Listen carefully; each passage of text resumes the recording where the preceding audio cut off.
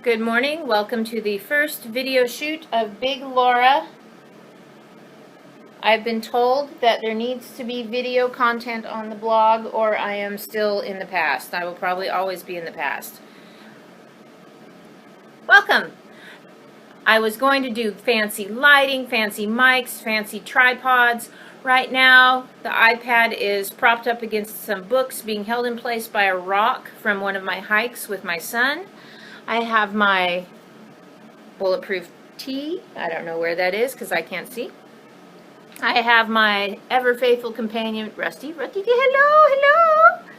And I have basically something I read this week. I read a lot, but one thing that I read this week that I thought might be interesting to you is Dr. Hyman's Eat Fat, Get Thin. I have the whole book. That's cool. You do not have to have the whole book. This is a free PDF. I will link to it in the video notes, show notes, whatever. I hear people say that, so there must be a way to do it. I'm sure that my blog helper will help me. Beyond the nutritional recommendations that Dr. Hyman's makes, which are wonderful, 4 bullet points that came from this, and it actually got highlighted. Move. You are to move every day, 30 minutes walking. It's good for you. Calm. You are to breathe or meditate 5 minutes a day. Don't ask why, just do it. Or Google that stuff. Okay, Google that shit. I can say it. Write. You need to journal 15 minutes a day. He has suggestions in here about what to journal, about why you're doing the program, how you're feeling. It can be really a good data gathering method. Also, it's just a good release if you tend to use food to numb negative or uncomfortable. We're not going to label them bad. Uncomfortable feelings. And sleep. Babies, my loves of my life. You need to sleep 7 to 8 hours a night. We'll get more to that in posting. Something I listened to. I walk every day and I listen to podcasts, audiobooks, various tons of information out there. I listen to stuff while I quilt or sew or clean house. I don't always pay as good of attention. Sissy Spacek is narrating or has read my favorite book of all time, To Kill a Mockingbird. I downloaded it from my Fort Worth Library, Overdrive app, whatever it is. It is beautiful. Her accent, her tone, combined with the gorgeous, gorgeous language and imagery and message of To Kill a Mockingbird has literally soothed my spirit this week. That's something I listened to that I would recommend. An action I took. All right, ladies and gentlemen, we know that knowledge and action are the 2 requirements for change. Big Laura wants some change in her life. She wants some change in the world. So I had to take some action. Y'all know what I've done this week. Big thing I did this week, I got my ass in the chair and I wrote every day. I have wanted to write forever.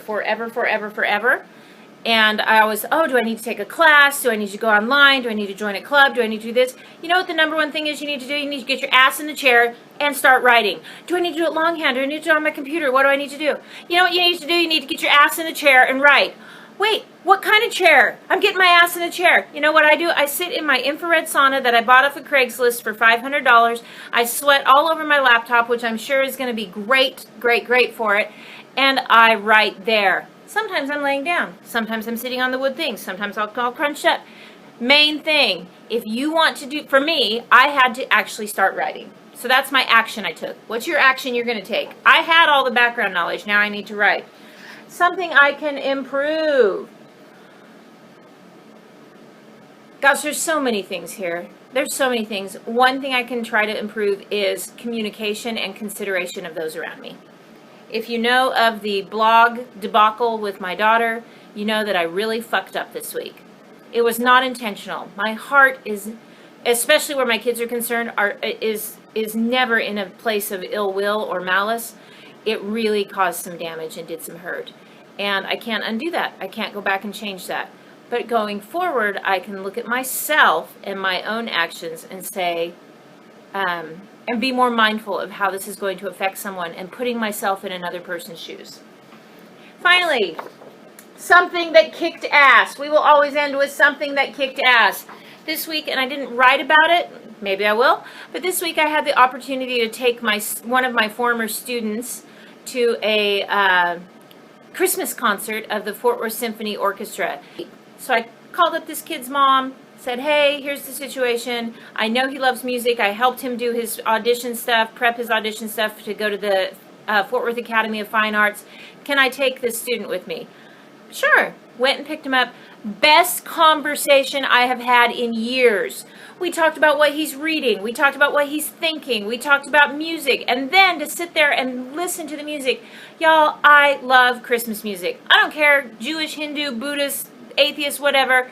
There is nothing like a good Christmas song that makes me happy. That's just me. You can ask my kids.